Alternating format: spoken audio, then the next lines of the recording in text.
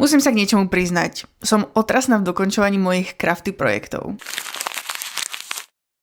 Takto aktuálne vyzerajú menej dokončené projekty a tento týždeň to dúfam zmeníme. Sice je vonku možno ešte sneh, ale ja už sa v polke februára chystám na jar, lebo jar, čo sa týka hačkovaných a štrikovaných pletených vecí, dodáva oveľa viac farby. Takže dnes sa ideme navzájom motivovať, aby sme dokončili svoje projekty. Takže ako prvý tu máme tento trojuholníkový šal. Úplne zbožňujem. Je z alpaka vlny, strašne hebučky. Túto vlnu už mám strašne veľa rokov a pôvodne z nej mal byť sveter, ale to sa nakoniec nikdy nestalo, takže som ju teraz využila takto. No a myšlienka je, že sa to teda dá zaviazať rôznymi spôsobmi. Toto už mám celé spravené, iba potrebujem spraviť nejaký krajší okraj. Inak máme hotovo.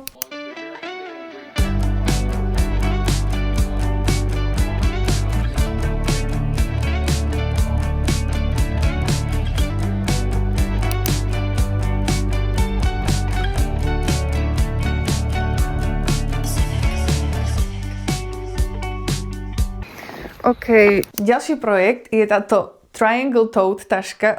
Teraz to tak úplne nevyzerá, že je to taška, ale je to taška, verte mi. Ahojte gajskovia, tu je Johanka z budúcnosti a zároveň z minulosti, kedy vám idem povedať o tom, čo je podľa mňa dosť zaujímavé, že ako som sa reálne dostala ku tejto priadzi. Reperské ruky. Lebo myslím si, že je to celkom zaujímavé, hej. Ja som na misii v mojom tvorení používať najmä upcyklované je strašne divné slovo. Používať najmä upcyklované materiály alebo materiály z druhej ruky. A tu to bude zaujímavé. Raz som bola v sekači v Poprade, sa to volalo Žťava a oni presúvali tú prevádzku. Čo znamená, že sa potrebovali zbaviť úplne všetkého, čo tam mali, takže všetko bolo za 30 centov. No, kúpili sme tam toho veľa. Jedna z tých vecí bola takáto vesta. Mňa táto vesta veľmi zaujímala, lebo to je podľa mňa veľmi zaujímavá farebná kombinácia a z takého zaujímavého materiálu. A keď som sa na ňu pozerala bližšie, tak som videla, že niekto ju robil ručne. Hovorím si, wow, úplne super, niekoho ručná práca. Len ono tá vesta nebola úplne môj štýl, ale viem, keby že som to nekúpila, tak by sa to proste zlikvidovalo. Hej. Takže najlepšie, čo mi napadlo, bolo si túto vestu kúpiť, vypárať ju a použiť na niečo iné. A tu vám ukážem časy toho procesu.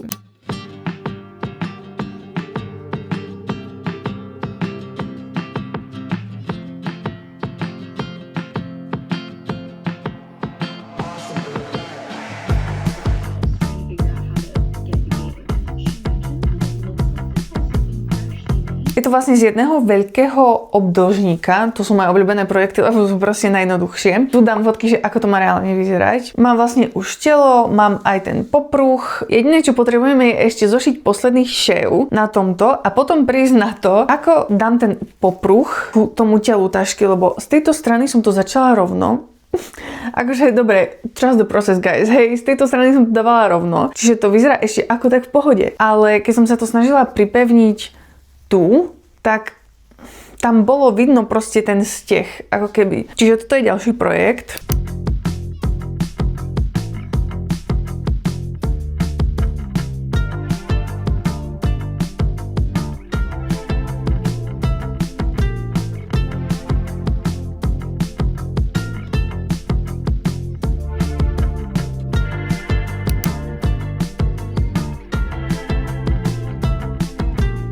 Potom tu mám niečo, čo robím už dlhšie. Tu dám tutoriál, podľa ktorého som to robila. Je to takýto krásny topík. Dúfam, že to bude pekne vidno. No a zatiaľ je to akože celkom flop, hej, lebo keď už som spravila celý tento jeden panel, celú túto prednú časť, tak som prišla na to, že som to spravila proste príliš krátke, lebo som sa bála, že nebudem mať dosť vlny. Ono to má byť na tých ramenách také viac voľnejšie. Chcela som to pôvodne iba takéto zelené, lenže keďže som nemala dosť vlny, tak som musela improvizovať a pridala som tam takúto oranžovú, čo myslím si, že je pekná farebná kombinácia a na jar úplne super. No a vlastne toto je vrch, toto je spodok, ale mám taký pocit, že proste veľkostne mi to úplne nesadne. Každopádne teraz už je príliš neskoro na to rozoberať, lebo už som spravila toto a zelený panel toho druhého. To znamená, že tu mi treba dorobiť tú oranžovú časť a potom to zošiť dokopy. No proste, toto je presne problém robenia so second hand vlnou, hej, že ja mám túto vlnu, teda priadzu, pardon, je to 50% vlna, 50% akryl. Ja ju mám vlastne z druhej ruky. Mala som asi 3 alebo 4 klbka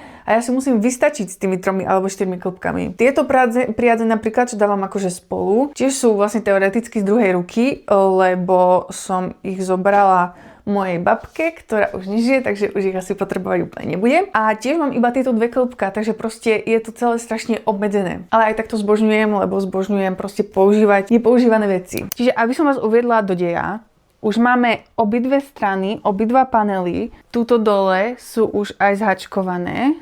Tu a tu. Už som si to vyskúšala, ako chcem, aby to vyzeralo. Ale rozhodla som sa na tieto spodky spraviť takéto krásne volaníky. Sa to volá, že scallop. Videli ste to aj na tom trojuholníkovom šale. Ja proste zbožňujem toto zakončovanie. Dorobím to aj tu.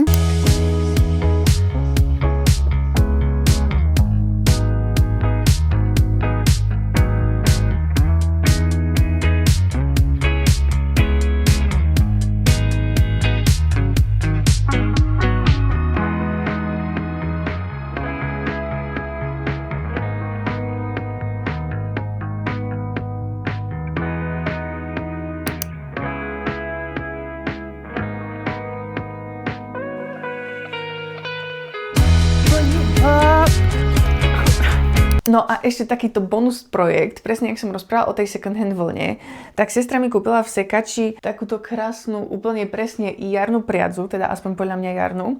A z nej som chcela spraviť takú tú čiapku, čo je vlastne obdĺžnik a keď si to dáš na hlavu, tak máš také ako keby že mačacie uška. Tak som to aj začala robiť a prišla som na to, že toto je celá moja čiapka. Hej, asi to není úplne dosť veľké proste. A už nemám veľa tej priadze, takže to musím vyparať. Moja obľúbená vec, čo sa dá robiť z jedného klbka priadze, sú také rukavníky, ako sú napríklad tieto.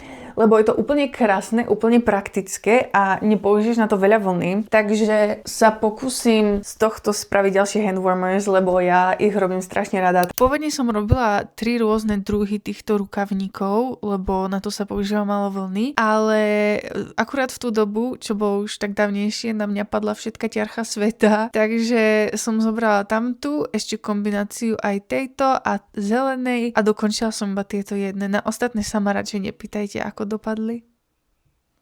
You're always gonna be someone that I want.